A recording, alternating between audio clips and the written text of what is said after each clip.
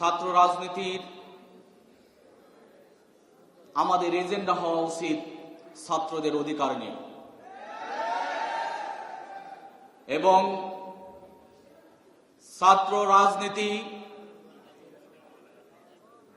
Agenda যদি ছাত্রদের বাইরে হয় তাহলে এই ছাত্র, এই জনতা, এই প্রজন্ম সেই ছাত্র রাজনীতিকে গ্রহণ করবে না। এবং আমি এটা বিশ্বাস করি, যত ছাত্র সংগঠন আছে তারা যদি ছাত্র রাজনীতির ফ্রেম, ছাত্রলীগের সেই ফ্রেম থেকে বের করে নিয়ে এসে ছাত্র বান্ধব না করে তাহলে এই প্রজন্ম তাদেরকে গ্রহণ করবে না। কাজেই যেহেতু আজকে ঐক্যের ডাকে আমরা এসেছি, আমরা বিশ্বাস করি যারা এদেশে ছাত্র রাজনীতি করতে চায় তারা এদেশে ছাত্রদের অধিকারের আন্দোলনে, আমরা যদি বলি 24-এর আন্দোলনে যেমন মাঠে থেকে স্বৈরাচার হাসিনার পাহাড় সম জুলুমের মস্তদকে ধ্বংস করে তাকে দেশ থেকে বিতাড়িত করেছে, ঠিক একই কায়দায় ছাত্র বান্ধব কর্মসূচি যদি আমরা নিয়ে আসি এদেশের ছাত্র জনতা সকল ছাত্র সংগঠনকে গ্রহণ করবে ইনশাআল্লাহ। এই উপস্থিতি আমরা যদি বলি জুলাই পরবর্তী যে দৃশ্য দেখতে পাই, জুলাইয়ের আগের দৃশ্য আমাদেরকে আরেকটি মেসেজ দেয়। এমন কোন শিক্ষাঙ্গন ছিল না যেখানে ছাত্ররা তাদের অধিকার ফিরিয়ে তারা তাদের শতভাগ শিক্ষার অধিকার পেয়েছে। আমরা যদি দেখি আমাদের এই প্রজন্ম আওয়ামী দুঃশাসনের সেই 15.5 বছরে তারা তাদের ক্যাম্পাসে শিক্ষার অধিকার, তারা তাদের ছাত্র হিসেবে ছাত্রের অধিকার এবং এদেশের নাগরিক হিসেবে যে অধিকার পাওয়ার কথা ছিল আওয়ামী দুঃশাসনের 15.5 বছরে, আমরা সেই অধিকার থেকে বঞ্চিত হয়ে হয়ে আজকের 24 জুলাইয়ের স্বপ্ন আমরা সেই দিন বলেছিলাম। কাজেই আমাদের দায়িত্ব, আমাদের কর্তব্য হলো দাসত্বের শৃঙ্খল ভাঙতে হবে। আমরা দাসত্বে আমাদের নিজেদেরকে বন্দী রাখতে চাই না। আমাদের শিক্ষা ব্যবস্থা, যেহেতু ভাইস চ্যান্সেলর আছে, আমরা বলতে পারি এমন একটি শিক্ষা ব্যবস্থা আমাদেরকে দিয়েছে। আজকে বারবার দিল্লির কথা আসছে যে শিক্ষা ব্যবস্থায় দিল্লির আনুগত্য করা যায়, আওয়ামী দুঃশাসনের 15 বছরের সেই শিক্ষা ব্যবস্থায় আমাদেরকে দিয়েছিল। কাজে আমাদের সমস্যা তো শিক্ষার, আমাদের সংকট হলো শিক্ষার সংকট। আমরা ছাত্র সংগঠন আজ পর্যন্ত শিক্ষা আন্দোলনে খুব একটা জোরালো ভূমিকা রাখি নাই, কারণ শিক্ষা যদি সংস্কার না হয় বারবার দিল্লির আনুগত্যই করতে হবে, দিল্লিকে মেনে নিতে হবে। এই জন্য আগে প্রয়োজন শিক্ষার সংকট নিরসন করা। আমরা দেখেছি আধিপত্যবাদীরা যেভাবে আমাদেরকে গড়ে তুলেছে, এদেশের ছাত্র জনতা, এদেশের জনগণ মেরুদণ্ড দিয়ে দাঁড়িয়ে সেই আধিপত্যবাদীদের বিরুদ্ধে সোচ্চার আন্দোলন করতে পারে নাই। শুধুমাত্র এইবারের 24-এর ছাত্র জনতা সেটা দেখিয়েছে। কাজেই শিক্ষা, আমাদের সংস্কার প্রয়োজন। শিক্ষায় নতুনত্ব নিয়ে আসতে হবে, ছাত্র রাজনীতিতে নতুনত্ব নিয়ে আসতে হবে। আমাদের কালচারাল যে আগ্রাসন দিল্লি থেকে আসে, সেই আগ্রাসনের ব্যাপারেও আমাদের বলিষ্ঠ ভূমিকা রাখতে হবে। আমরা যদি আমাদের অধিকারের ব্যাপারে সচেতন না হই তাহলে বারবার এরকম আগস্ট আসবে, জুলাই আসবে, নির্যাতিত হতে হবে, শত শত হাজার হাজার মানুষদেরকে শহীদ হতে হবে। কাজেই আমাদের নিজেদের অধিকারের ব্যাপারে আমাদেরকে সচেতন হতে হবে। আমি যদি আপনাদেরকে বলি তাহলে এই কথা বলতে পারি, আমাদের এই শিক্ষা ব্যবস্থায় বিগত 30 বছরেও কোন ক্যাম্পাসে, শুধুমাত্র ঢাকা ইউনিভার্সিটিতে নুরুর সেই ছাত্র সংসদ ব্যতীত আর একটিও বিগত 30 বছরে ছাত্র সংসদ নির্বাচন হয় না। তাহলে শিক্ষার সংকট দূর হবে কিভাবে? শিক্ষার সংকট যদি দূর করতে হয়, ছাত্র সংসদ নির্বাচিত হয়ে আসতে হবে।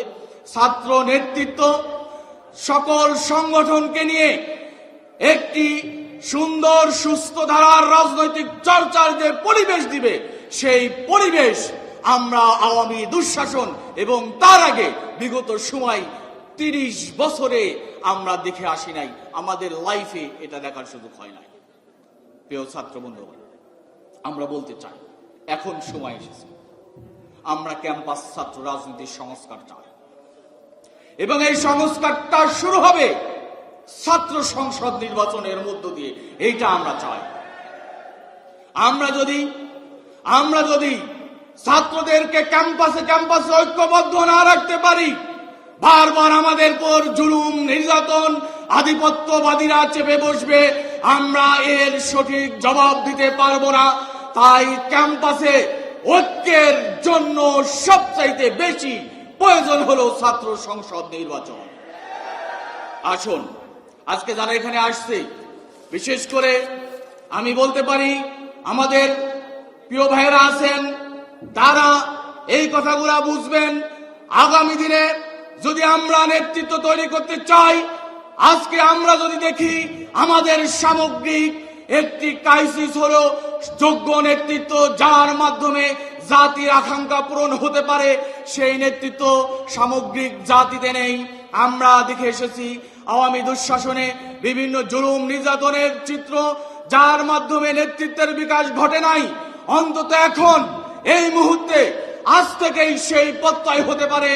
আমরা নেতৃত্বের বিকাশ ঘটাতে চাই, আর সেই নেতৃত্ব তখনই বিকাশ ঘটতে পারে যখন ছাত্রদের দ্বারা নির্বাচিত ক্যাম্পাসে ছাত্র প্রতিনিধির জন্ম হবে, তখনই এটা সফল হবে। আসুন আমরা সেই প্রস্তুতি গ্রহণ করি। প্রিয় উপস্থিতি, আমরা যদি আমাদের ক্যাম্পাসগুলোর কথা বলি, বিগত দিনে অন্তত আওয়ামী দুঃশাসনের 15.5 বছরে একটি ছাত্র সংগঠনও ক্যাম্পাসে অবস্থান নিতে পারে নাই। কাউকে আমরা দেখি নাই, কেউ ক্যাম্পাসে ছিল না। ক্যাম্পাস ছিল অস্ত্র, নারী, মাদক, টেন্ডার এবং একটি ক্যাম্পাস পরিবেশ বান্ধব যেমন ছাত্রদের হওয়ার দরকার, তার উল্টোটা আমরা ক্যাম্পাসগুলো দেখে এসেছি।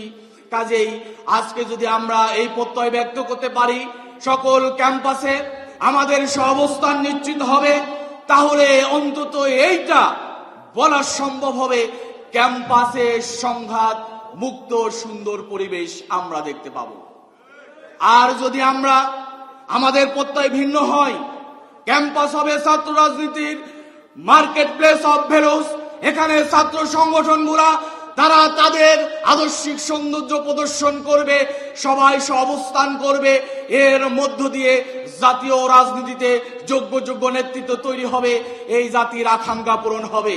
আমি যদি বলি স্বাধীনতার 53 বছর চলে, অথচ এই জাতির সেই ক্যারিসমাটিক লিডার এখনো দেখেনি। যে জাতি তার স্বর্ণ শিখরে যাওয়ার কথা ছিল, এরকম কোন লিডার খুব একটা আমাদের এই জাতিতে আসেনি। তার অন্যতম কারণই হলো আমরা জাতিকে সেই কাঙ্ক্ষিত পরিবেশ দিতে ব্যর্থ হয়েছি। ক্যাম্পাসে আমরা ছাত্র রাজনীতির সুন্দর পরিবেশ সৃষ্টি করতে ব্যর্থ হয়েছি। আসুন আমরা সেই প্রচেষ্টা অব্যাহত রাখি। প্রিয় ভাইরা, আমার কথা একদম শেষের দিকে। আজকে 24-এর কথা আসছে, 24-এর আন্দোলনের কথা আসছে। 24-এর আন্দোলন যারা শহীদ হয়েছে তাদের বিচারের দাবির কথা আসছে। এটা তো হতে হবে, কিন্তু তার আগের কথা যদি বলি, পিলখানার বিচার এখনো হয়নি। একদিনে 36 ঘন্টার ব্যবধানে পিলখানায় এই জাতির সৈন্য, এ জাতির সূর্য সন্তানের 74 জন সেনাবাহিনী কর্মকর্তাকে 36 ঘন্টার ব্যবধানে হত্যা করা হয়েছে। তার বিচার আগে করতে হবে। যদি বলি তাহলে শাপলা চত্বরে সেই দিন নিরহ মাদ্রাসার ছাত্রদের কি অপরাধ ছিল, তাদের তো বিচার এখনো হয়নি। কাজে এই শাপলা চত্বরের বিচার করতে হবে, পিলখানার বিচার করতে হবে।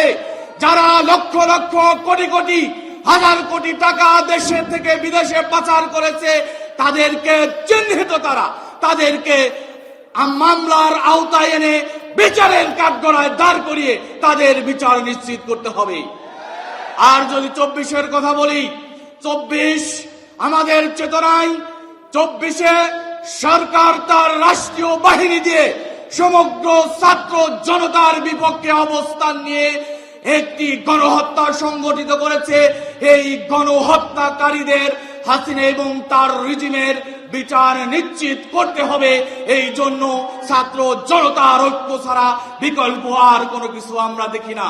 কাজেই আসুন আমরা আমাদের জায়গা থেকে আগামী দিনে জাতির ক্রান্তিকালে 24-এর আন্দোলনে ইসলামী ছাত্র শিবির রাজপথে ছিল। আগামী দিনে এর চাইতে যদি কোনো আরো বেশি ভয়ঙ্কর, আরো বেশি ক্রাইসিস তৈরি হয়, ইসলামী ছাত্র শিবির রাজপথে বীরের ভূমিকায় থাকবে ইনশাআল্লাহ। কাজেই আসুন আসুন বিপ্লবের জন্য প্রয়োজন ঐক্য।